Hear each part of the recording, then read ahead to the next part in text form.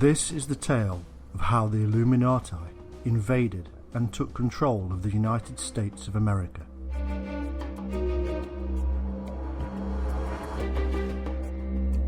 This is the real history of America as you've never seen before.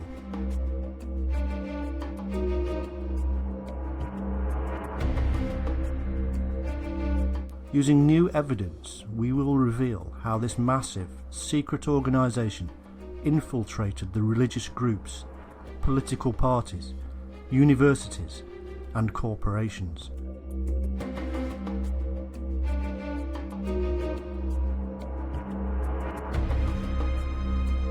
How they placed their own people in positions of power and authority.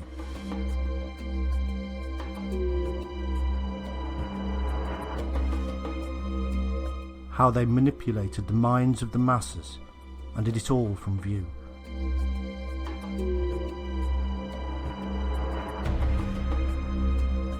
This group embraces what is known as the Esoteric, the so-called spiritual truth hidden from the rest of us.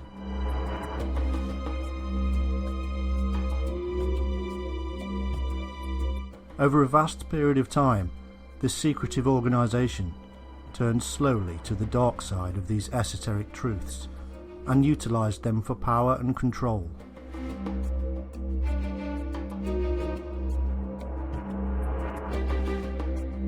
They take their orders from the International Secret Council of Nine. They are collectively called the Confederation of Initiates. They are under the strict control of their masters, and to oppose them means punishment worse than death.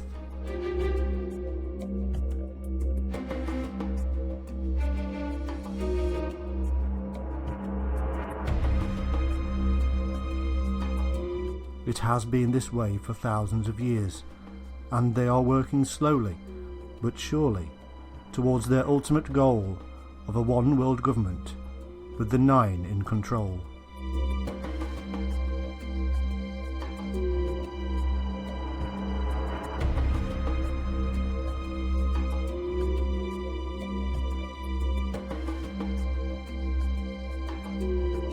In this film, we reveal their plans and schemes. We show how the so-called land of free is not free at all, how it is under the yoke of a very large, very powerful, and very secret organisation.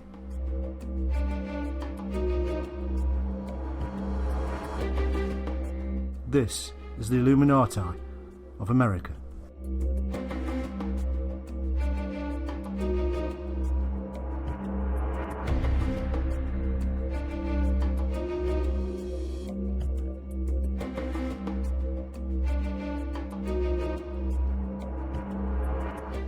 In 1932, the International Secret Council of Nine, who direct the Confederation of Initiates of Illuminati, issued the following highly secret statement to the Order of the Rosicrucians. This is the new dispensation, and the work of the spiritual and mystical fraternities must be re-established throughout the world, so that all peoples may be taught the law and thereby enabled to apply it towards universal improvement as the only means of saving mankind. We, the Council of Nine, have selected your organisation as one of the oldest in America to help do this work.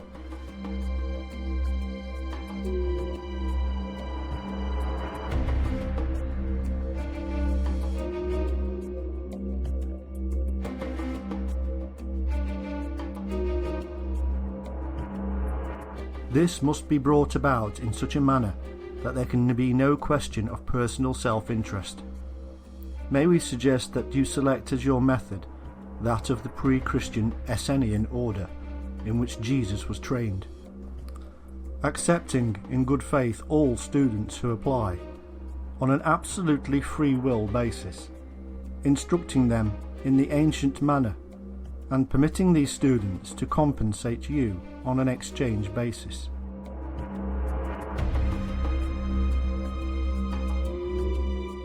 The The man who wrote these words was the Comte de Saint Vincent, the master of the Council of Nine.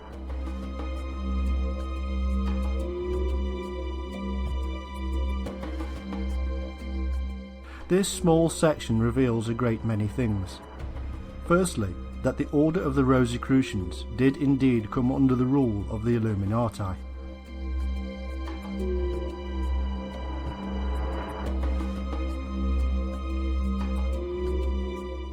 The Rosicrucians were, and still are, a mystical, secretive order, originating in a completely false origin story from the equally false originator, Christian Rosenkreutz.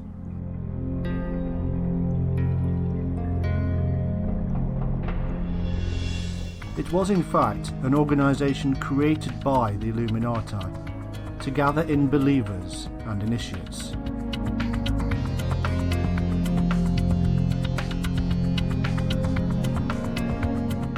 It worked beautifully and spread throughout the world, and then spawned yet further secret orders of its own. This, indeed, is how the web is created, and the real origin long forgotten and hidden.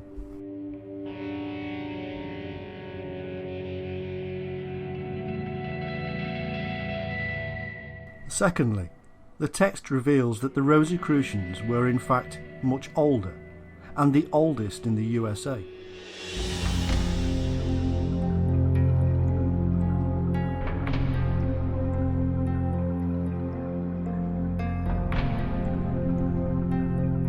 Thirdly, they were to use the old methods from the Essene.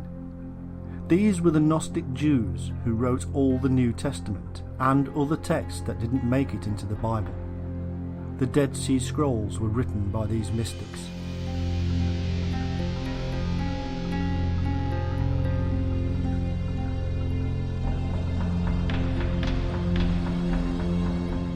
They themselves had their own origins in the much older Egyptian, Syrian and Eastern cults.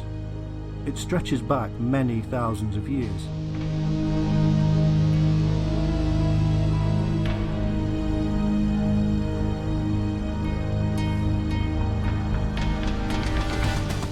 Fourthly, they were not this time to be too choosy who they allowed to join. This implies that they used to be, and indeed that is the truth. Now, with the advent of the second wave of a worldwide revolution about to begin with the Second World War, all were to be accepted into the fold for the great work to get underway.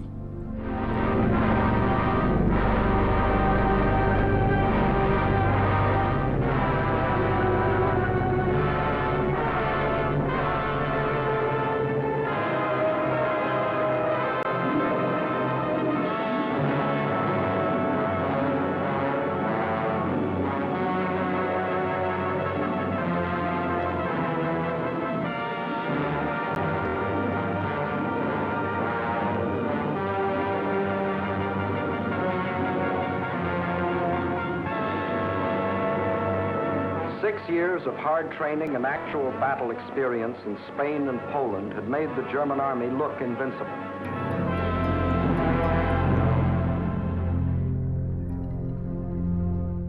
This was, and is, a group that is spread throughout the world, and have been involved in most of the big revolutions that have occurred, including the French and American revolutions.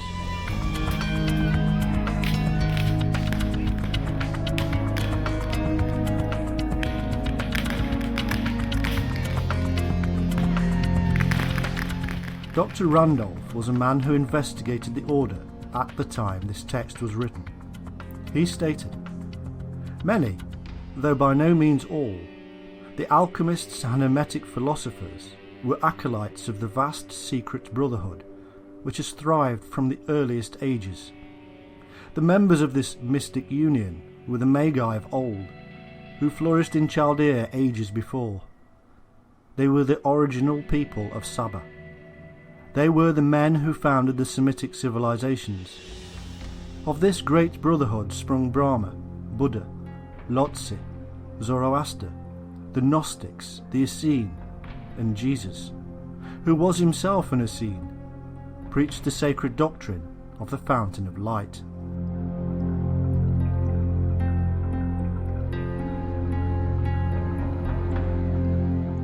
This fountain of light is the illumination, the inner enlightenment to the reality of existence, and from where the term Illuminati is derived.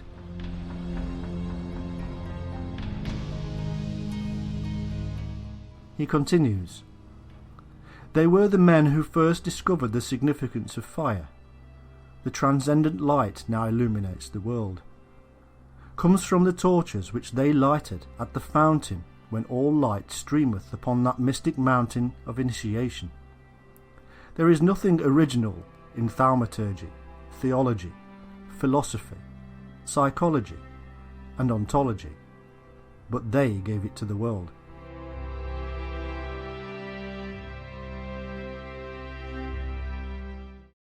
I think that's an interesting thing. This one piece will make 52 layers. Watch on mobile devices or the big screen. All for free.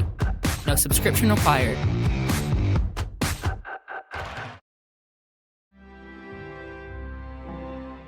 Dr. Randolph here reveals the full extent of the Illuminati, that they are secret, spread throughout the world, originated religions, and saw their origin in the illumination of the mind, from philosophy to psychology.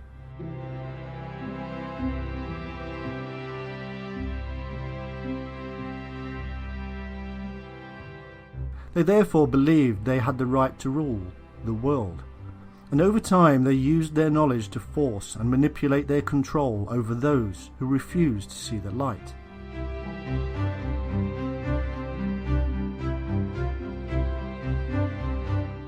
They were right, everybody else was wrong, and their own doctrines stated such, and gave them the right, power, and knowledge to manipulate man.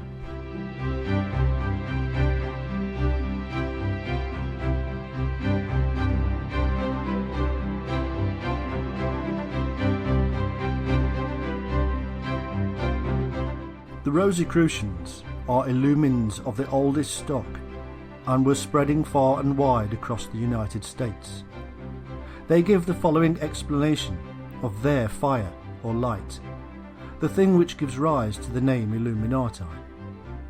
There is in nature one most potent force, by means of which a single person who would possess himself of it and know how to direct it could revolutionize the whole face of the world.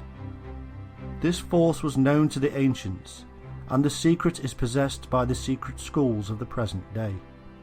It is a universal agent, whose supreme law is equilibrium, and whereby, if science can but learn how to control it, it will be possible to send a thought in an instant around the world, to heal or slay at a distance, to give our words universal success, and to make them reverberate everywhere.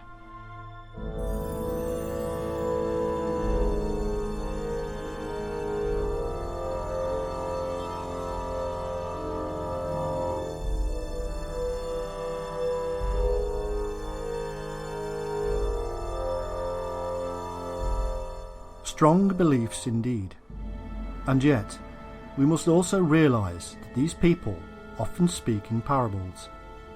They don't always mean what they say.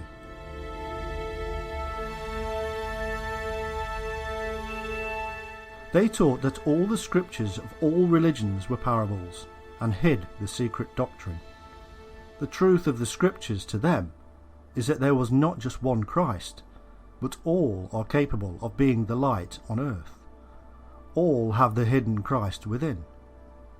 A belief that runs counter to the established church, and was therefore hidden.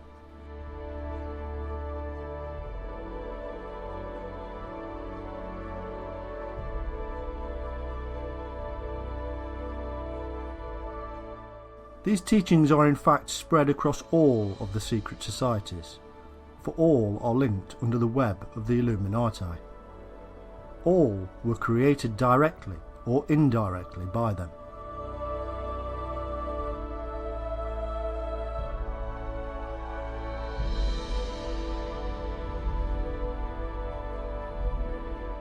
In 1905, one such order was created in the USA by a Dr. Julia Seton and was called the Modern Church. Its purpose was to prepare the minds of the people for the new civilization to come. She stated, "The Illuminati school is the modern school of higher psychology and mysticism, where ancient and occult wisdom is revealed. It teaches new methods of social, ethical, industrial, religious, international, and national liberty."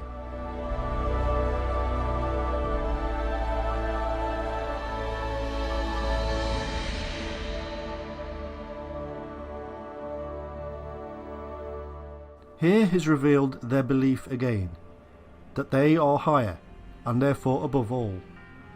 They will teach the rest of us about their ways, because obviously we need to know.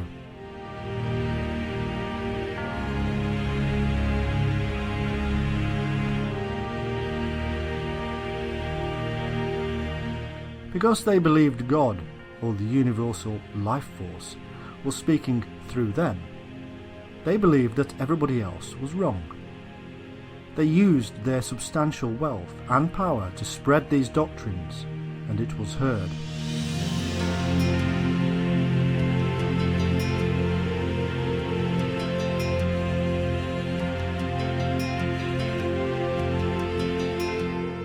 They called mankind to join them. Anybody who did not was obviously not listening to the voice of the universal spirit within them. Those who heard the call and joined were chosen, special. Similar doctrines we would hear again at the dawn of the Second World War.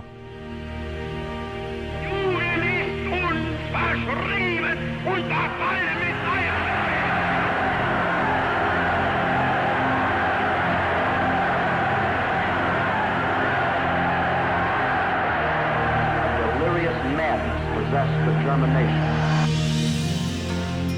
Man, they said, was not part of God, nor a creation of God, but the universal intelligence, or cosmic spirit, itself.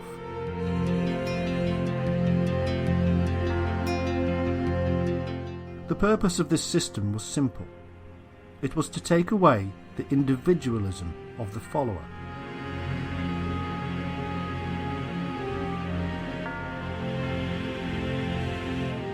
He was to listen only to the cosmic spirit and not his own reason.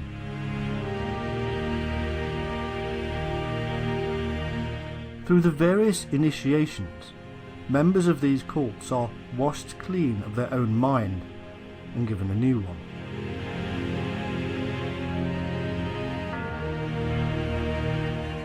They are broken and rebuilt. It is a very old method of creating an army. Their new civilization was not to be one of light at all. It was to be one of the master and blind servant.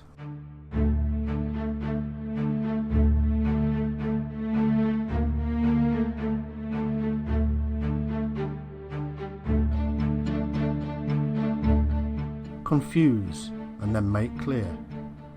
Befuddle and bemuse, and then explain in simple terms. These are the methods of forcing the initiate to believe he has become enlightened.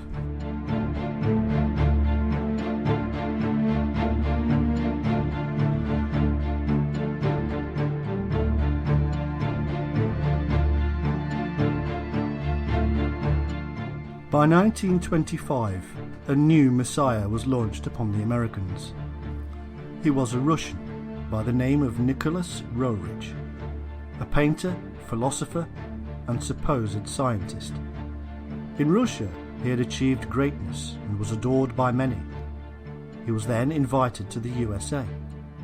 In 1922, he established the Corona Mundi, the core Earth. He started to teach his ideology of a new era, another name for the New World Order, the new civilization, but the same old story.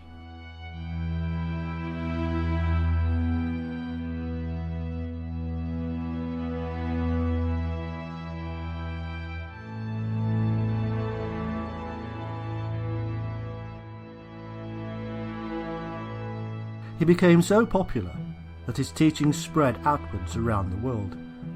He taught the same old things, that the willpower within is the divine essence and is the answer to all. It was, he said, a creed of a new era of mighty approaching energies and possibilities.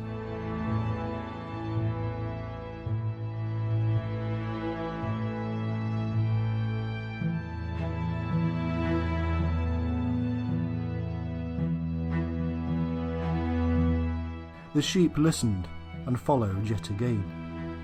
The new world, he said, would be created by the fire, the light within us all, joining together and allowing the illuminated to dominate the world and bring peace.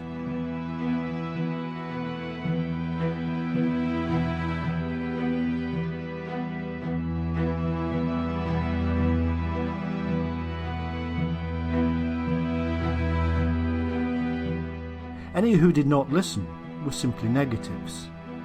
The world would be dominated by the Illuminati.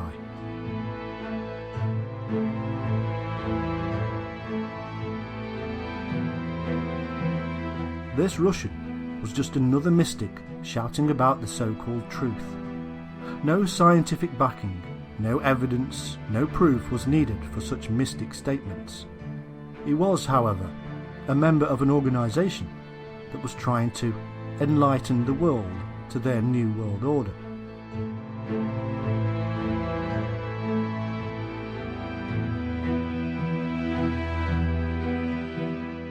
Their light would shine and others be extinguished.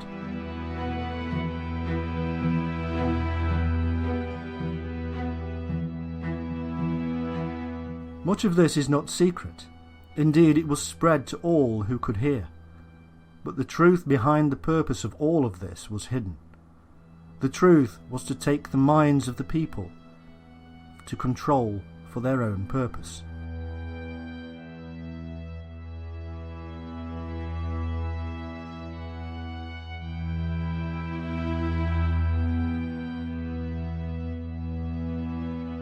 Through people such as Rurik and Madame Blavatsky of the Theosophists, the word was heard and spread into the higher authorities of the land. But this was in fact just a reinvigoration of what had already come before.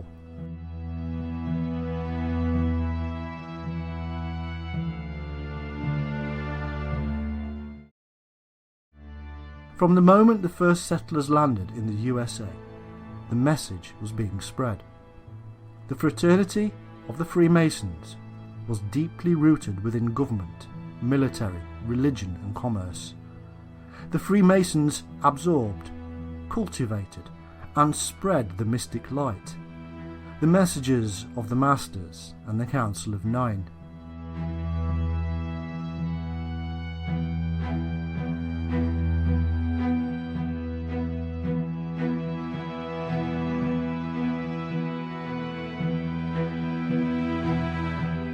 They did not always understand what they were spreading, but they spread.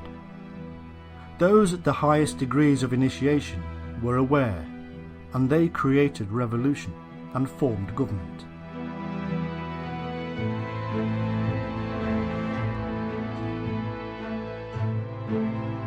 These are just ants doing the Master's bidding, the army that is called to revolution, to fight.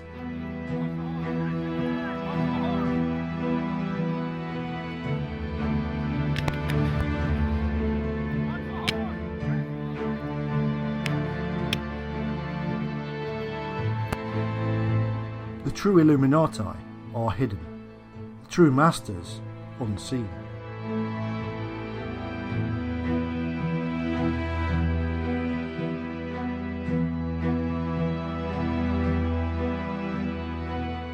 Who were the Masters?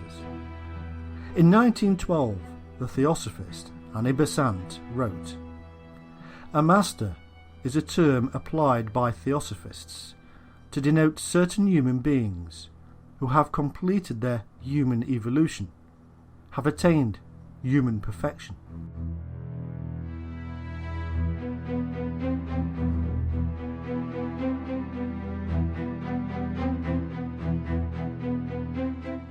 It didn't matter what society or order the followers belonged to, because the masters ruled them all. In reality, the Theosophists and the Rosicrucians were linked under the group of esoteric men we generally term the Illuminati.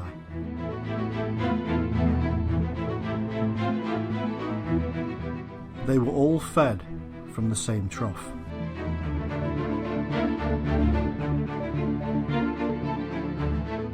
This hidden group were known to the various groups as the hierarchy of light, the Elder Brothers. Nobody ever saw them, they just did their bidding.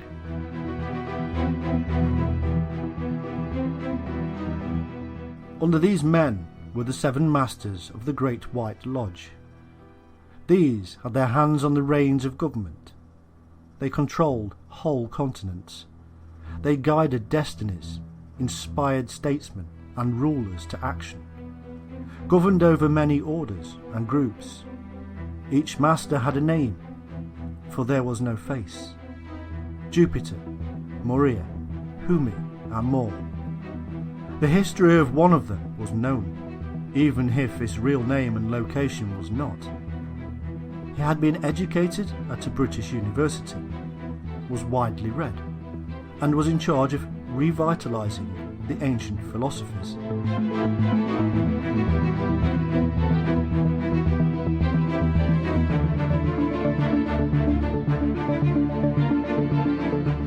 Their aim was to ensure that the head of every government and organisation of power and authority should be ruled over by a master, or at the very least one under the master's control.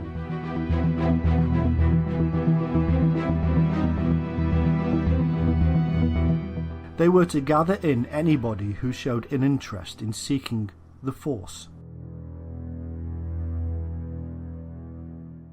Their ultimate goal, they say, is to control all the world, under the power and authority of the hidden masters, and to reign over a world of peace.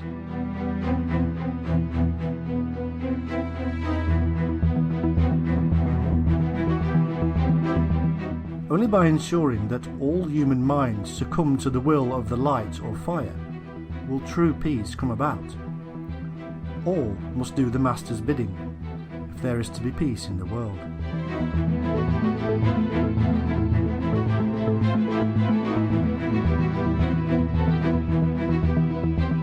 Through their various means of establishing this authority of the light, they reduce man down to a shell.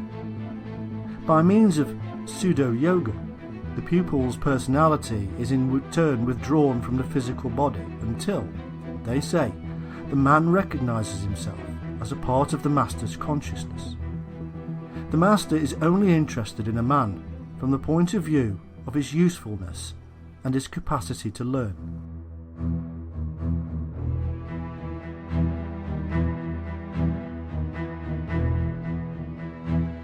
These are their own words. They even tell us how the forces are used to enable this control. They use, as all cults have throughout time, rhythmic sounds, words and phrases, music, dance and meditation.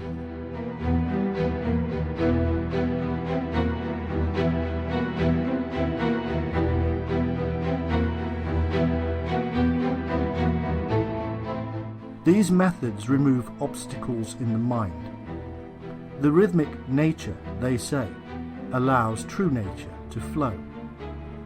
In essence, it is nothing more than a method of hypnotism, and it is used in churches, Masonic lodges, and all secret societies. The effects are global, for all men are the same natural being.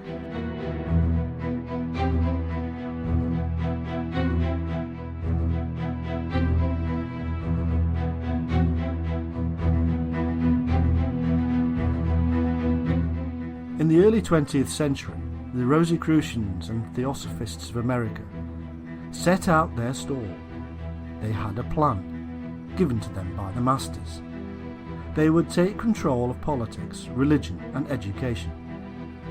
Through these, they would control business, and the rest of the world.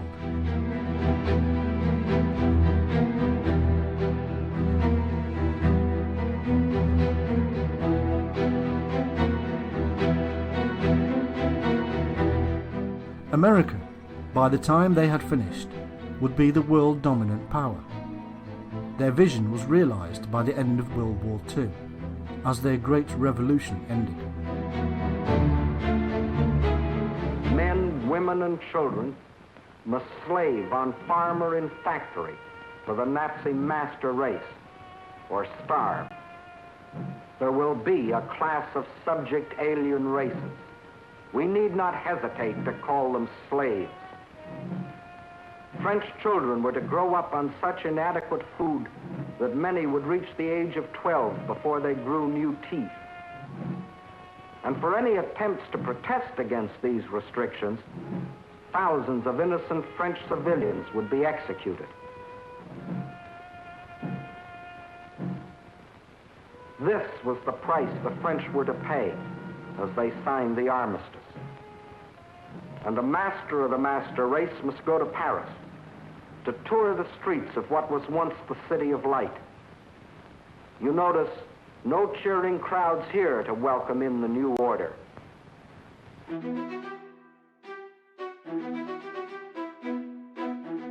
Old empires were destroyed with the 2 world wars, and a new one emerged. Their plans were succeeding.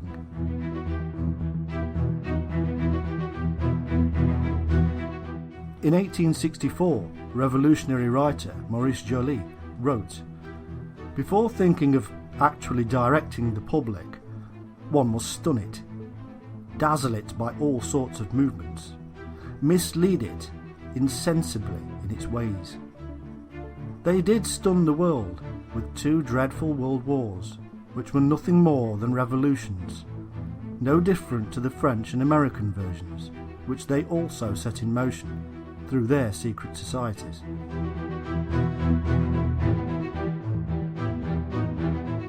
In the early 20th century, one of the 9 masters actually said, "Experiments are being made now, unknown to the subjects themselves, that people in many civilized countries are under supervision, and a method of stimulation and intensification is being applied, which will bring to the knowledge of the great ones themselves a mass of information that may serve as a guide to their future efforts for the race. Especially are people in America, Australia, India, Russia, Scotland and Greece being dealt with. A few in Belgium, Sweden and Austria are likewise under observation. Schools have already been started. When they are firmly grounded, when they are working smoothly and with public recognition, and when the world of men is being somewhat coloured by them, when they are producing scholars, workers, politicians, scientists and educational leaders who make their impress on their environment, then mayhap will come the true occult school.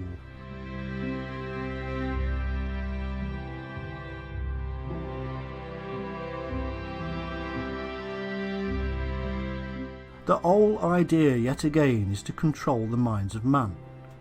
The control is so complete that in their own words, the initiate cares not if he loses friends, relations, children, popularity. He cares not if he seems to work in the dark, and is conscious of little result from his labours. By 1927, they were claiming that we are witnessing the birth of a new world consciousness, of a world civilization. Old traditions are being broken down, old customs destroyed. There must be anarchy before there can be creation.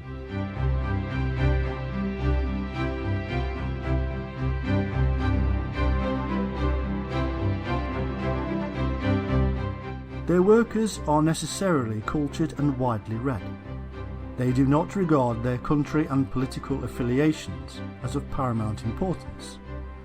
They are equipped to organise, slowly and steadily, that public opinion.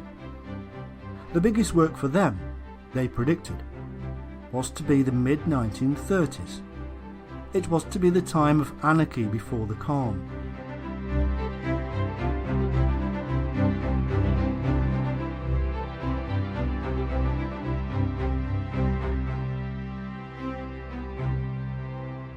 They said of the 1930s, material stress and strain, the wrecking of old political parties, the overthrowing of trade relations.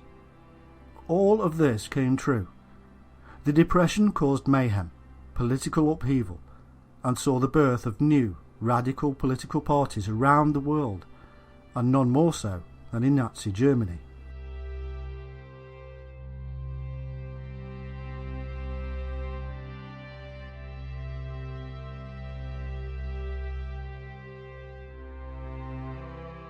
All of this was needed, they said, to demonstrate the necessity of establishing a spirit of international dependence and interrelation, so that the nations would be politically forced to realise their isolation, separateness, and the cultivation of national egoism must go.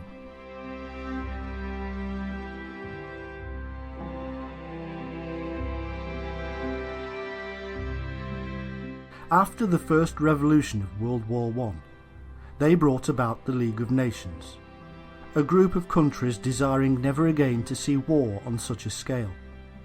It was, in fact, the creation of a secretive group of international business leaders, politicians, and mystics, all linked to the Illuminati, and all now with the authority of the broken public behind them.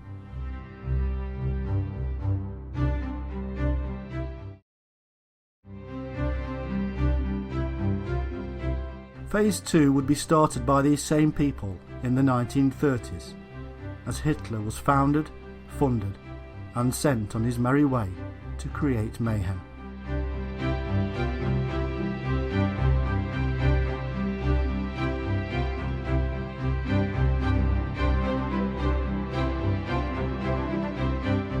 And what of America? That was simple and was under control. Political parties there were almost incidental because it was in the teenage years of true capitalism. It was therefore controlled not by presidents and Congress, but by business. Business leaders were already under the power of the masters through the Masonic brotherhoods, and they chose and controlled the politicians, most of which were Masons anyhow.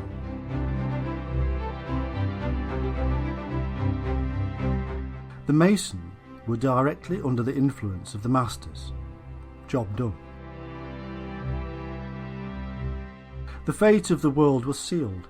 Anarchy was set in motion. The USA sat back, grew in power, and watched and waited.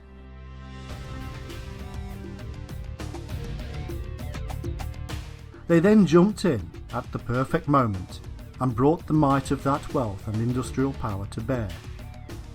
The world blew a sigh of relief and shouted, "Never again."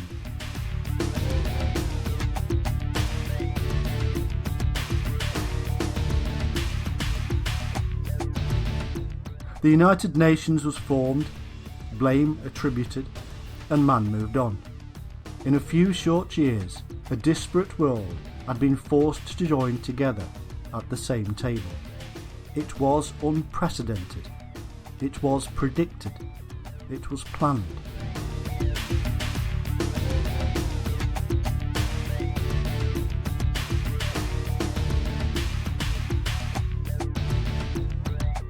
In fact, the prediction was so perfect that even gave the year that World War II would end and the new world faith would begin to take shape, 1945.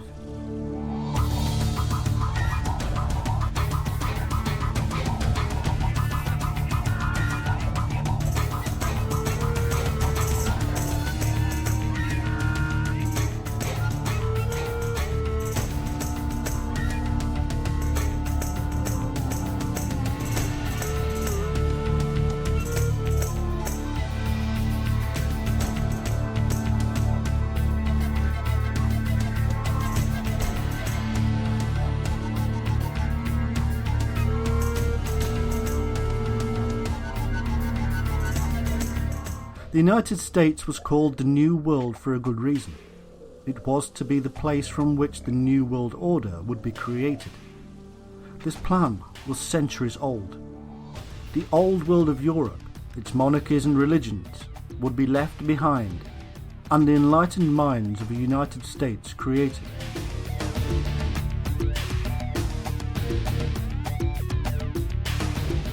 All of this takes time and a great deal of work, but the very foundations of America are those of the Illuminati. As one writer in the early 20th century wrote, "How did it happen at the time of the American Revolution, when next to nothing was known of the mathematical interpretation of the Great Pyramid, that its symbolism was used in concrete exactness on the Great Seal of the United States, indicating that it was part of America to reinstate the rule of Christ, the light or illumination, on earth. It happened because it was a symbol and sign for all to see, for many to rejoice over the others to fear. It was the symbol of the coming to power of the hidden masters." An American High Mason and Rosicrucian in 1877 wrote, "In the last century, the United States was freed from the tyranny of the mother country by the action of secret societies more than is commonly imagined." It was true. All of those in positions of power and authority on all sides of the American Revolution were in fact brothers of the same lodges and fraternities.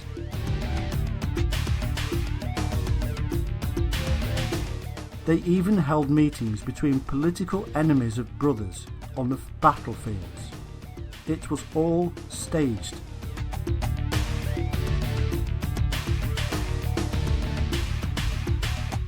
It was staged again, but pushed out into a wider world in the 20th century World War revolutions.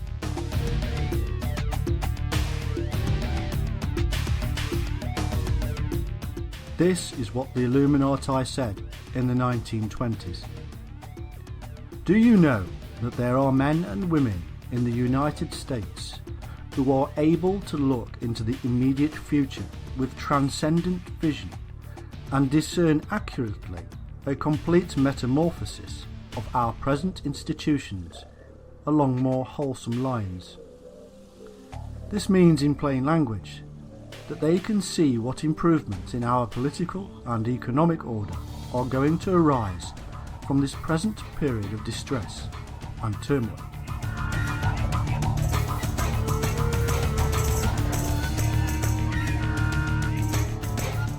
They see these improvements crystallizing between 1933 and 1945, both dates written large on the Great Pyramid Prophecy.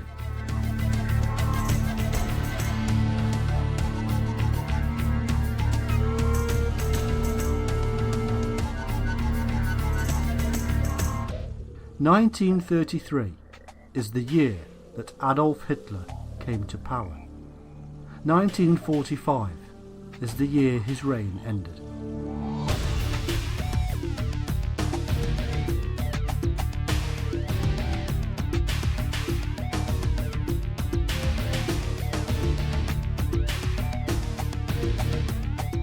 It had all, in fact, been going on a long time.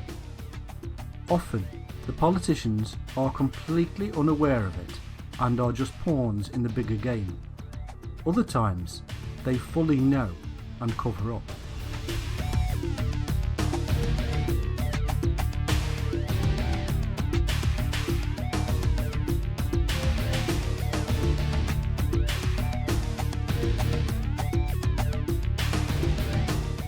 George Washington, who was himself a Freemason, wrote, "It was not my intention to doubt that the doctrines of the Illuminati and principles of Jacobinism had not spread in the United States.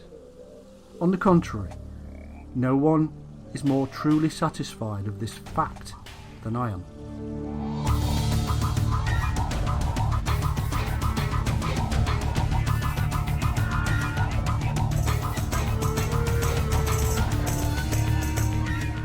There has always been two sides to the Illuminati movement. The mystical side we have covered, but this is in truth just a modern cover for the political schemings in the background. In the 18th century, when the name Illuminati surfaced, the political clubs were called Jacobin clubs, seen by many as aristocratic groups fostering followers. Today, their direct descendants are known as the Council on Foreign Relations, the Trilateral Commission, the United Nations, and more.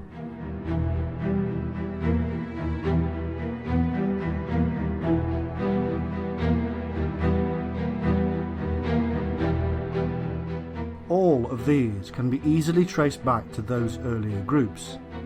Even the same bloodlines exist within all the organisations.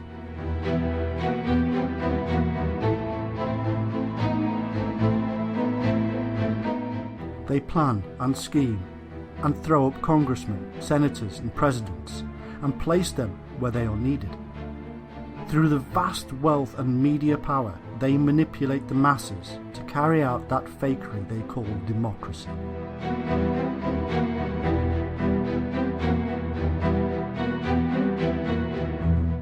There are several well-known and often covered names involved in all of this.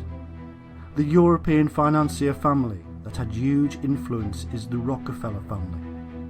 David Rockefeller founded the Trilateral Commission and was a co-founder of the Council on Foreign Relations. The family tree reads like an Illuminati greatest hits album. Through just the minor work of this one family, a grand unification has taken place. Countries of the world have been brought together under the powerful influence of just one head. The United Nations is a group of nations, but the delegates all owe their positions to the various branches of the worldwide Illuminati, and so do the Master's bidding.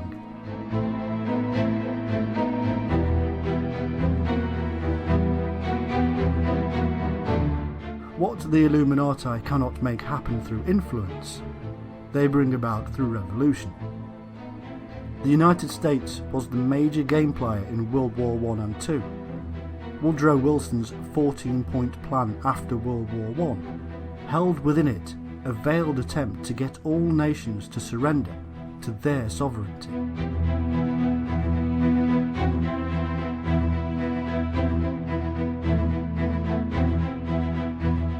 It almost worked when they formed the League of Nations. However, the US never actually joined itself.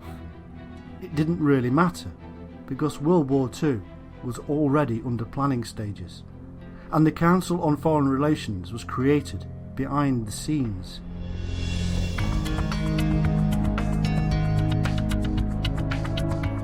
This is an almost country-sized secret society in itself, plotting and planning on our behalf.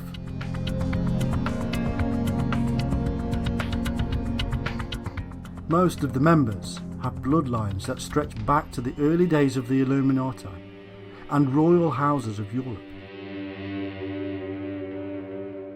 The rest are high-powered businessmen and other such people in positions of vast power. We must remember that all of these institutions are places for generally non-elected people. The same is true of that other global secret group, the Bildebergers. In the USA there is a friendly group called the American Friends of the Bilderbergers. Each group is made up of chosen individuals. Chosen by whom?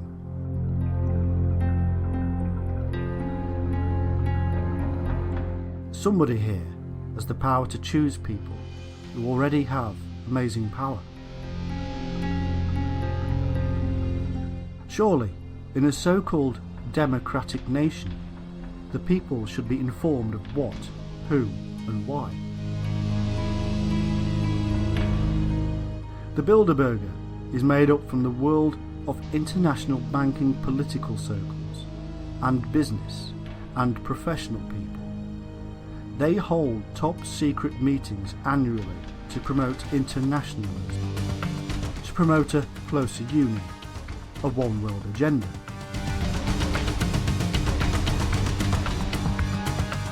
And it is fully American endorsed, with a host of politicians, scientists and business leaders from the USA attending. All of the meetings are secret. Nobody ever tells. So just how and when did the Illuminati influence in the United States begin? The very first official mention of them is in around 1785, when the Columbia Lodge of the Illuminati was established in New York. Some of its members were Governor Clinton, the editor of the New York Times, and the early Roosevelts. In 1786, another lodge started in Virginia, with Thomas Jefferson as a member. This was followed quickly by 14 more lodges throughout the then 13 states. In 1789, some people were getting concerned. The president of Harvard issued a warning about their growing influence on politics and even religion. At the exact same time, the French Illuminati came to pay a visit and helped to spread it even further.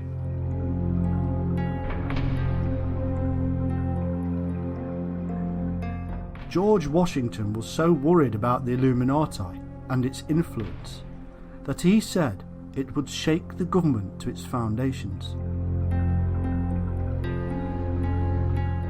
Both Washington and Adams lobbied Congress to protect the US from conspiracy.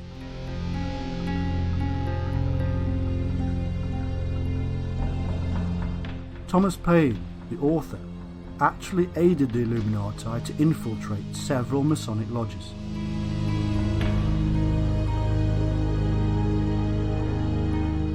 By 1798, the Reverend Jedediah Morse in Charleston, South Carolina, preached a sermon about the Illuminati. Practically all of the civil and ecclesiastical establishments of Europe have already been shaken to their foundations by this terrible organisation. The French Revolution itself is doubtless to be traced to its machinations. The successes of the French armies are to be explained on the same ground. The Jacobins are nothing more nor less than the open manifestation of the hidden system of the Illuminati. The order has its branches established and its emissaries at work in America. The affiliated Jacobin societies in America have doubtless had, as the object of their establishment, the propagation of the principles of the illuminated Mother Club in France. I hold it a duty, my brethren, which I owe to God, to the cause of religion, to my country and to you at this time, to declare to you, thus honestly and faithfully, these truths. My only aim is to awaken you and myself a due attention, at this alarming period, to our dearest interests. As a faithful watchman, I would give you warning of your present danger.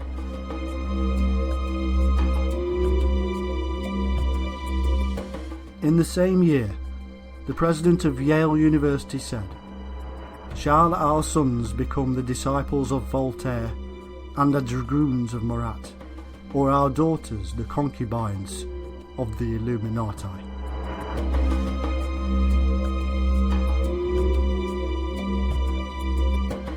Thomas Jefferson, a member of the Virginia Lodge of the Illuminati and a Mason, helped the Illuminati to infiltrate the New England Masonic lodges. Also in 1798, the Reverend Snyder, a Lutheran minister, wrote to President Washington expressing his concern about the Illuminati infiltrating the American Masonic lodges.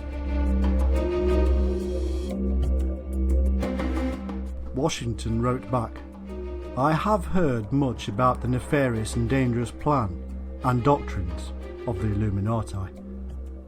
Shortly before his death, Washington issued 2 dire warnings about the Illuminati.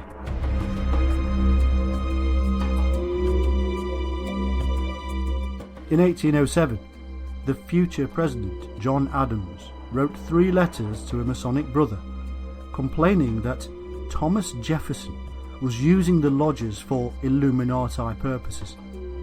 The letters have been stolen and never seen since. He also wrote to Washington and others saying that lodges were being used by Illuminati for their satanic worship.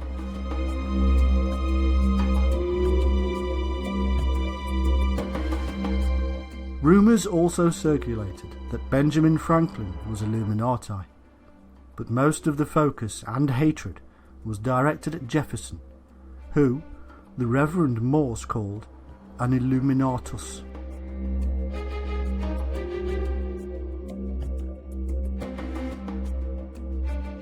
In 1812, the president of Harvard gave the following speech: "There is sufficient evidence that a number of societies of the Illuminati have been established in this land of gospel light and civil liberty, which were first organised from the Grand Society in France. They are doubtless secretly striving to undermine all our ancient institutions, civil and sacred. These societies are closely leagued with those of the same order in Europe. They have all the same object in view. The enemies of all order are seeking our ruin. Should infidelity generally prevail, our independence would fall, of course. Our republican government would be annihilated."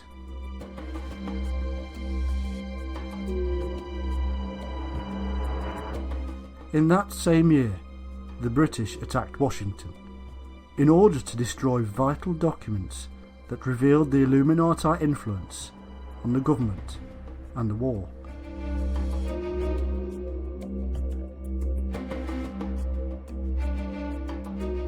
In 1829, the British Illuminati were giving speeches in New York.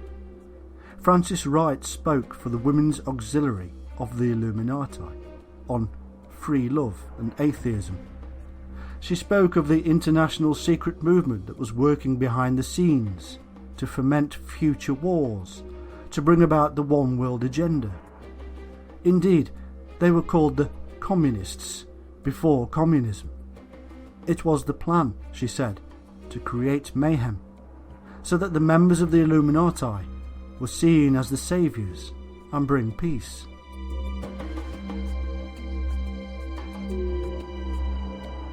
In 1843, the poet Heinrich Heine wrote, "Communism is the secret name of this tremendous adversary, which the rule of the proletariat, with all that implies, opposes to the existing bourgeois regime.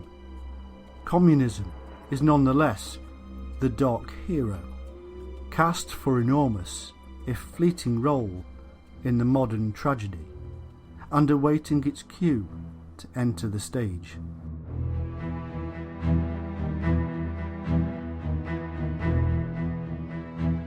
At the same time, the editors of the New York Tribune and New York Sun were working with the Rothschilds on a secret Illuminati committee.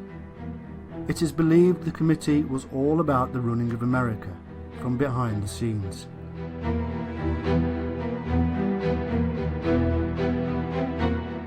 In 1841, Clinton Roosevelt wrote a book outlining plans for the New Deal and National Recovery Act, both of which would not even be realised for another 100 years under Franklin D. Roosevelt.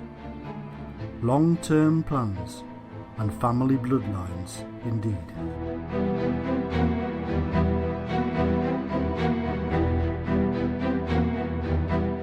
In 1835, the Illuminati set up yet another front organisation called the Loco Foc Party. It was used over a period of 10 years to influence other political parties and institutes many of the socialist ideals that conservatives still hate to this day.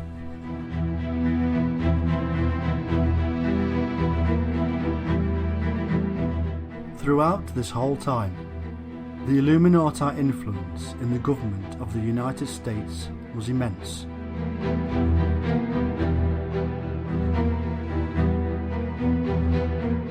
From the Constitution to the political structure, it was a massive political influence, and still is.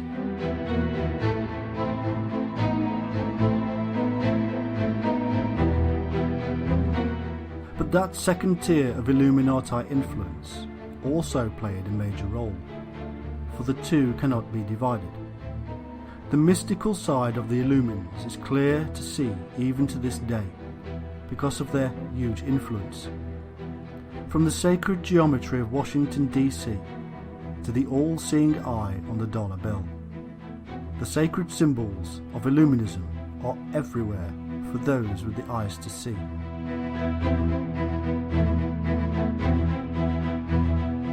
In essence, the history of the Illuminati in the United States cannot be divided from the rest of the world, because it is all about the creation of a new world, and the Americas play a vital role in that grand plan.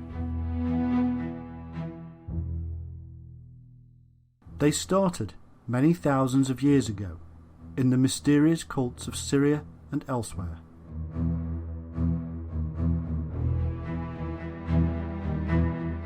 They grew a deep and profound understanding of the human mind within the universal mind. The man in matter, the spirit in nature.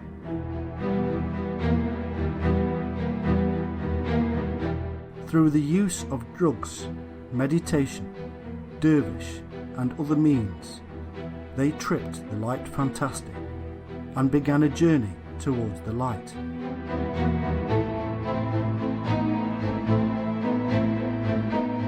Along the way, greed and desire for power stepped in and turned the knowledge gained towards the dark side.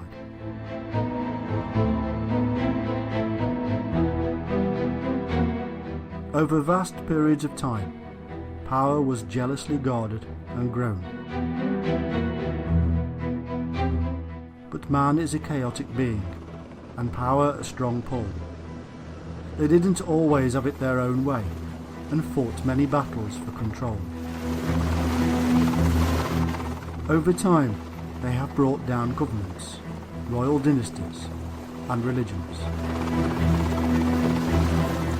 They have thrown the world into the desperate pit of warfare, and then they have offered us peace and calm on their terms. They have grown wealth so vast that it staggers the mind.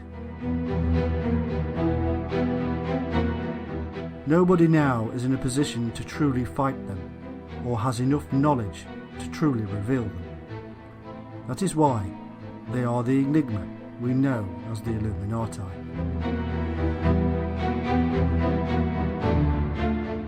But they have taken America.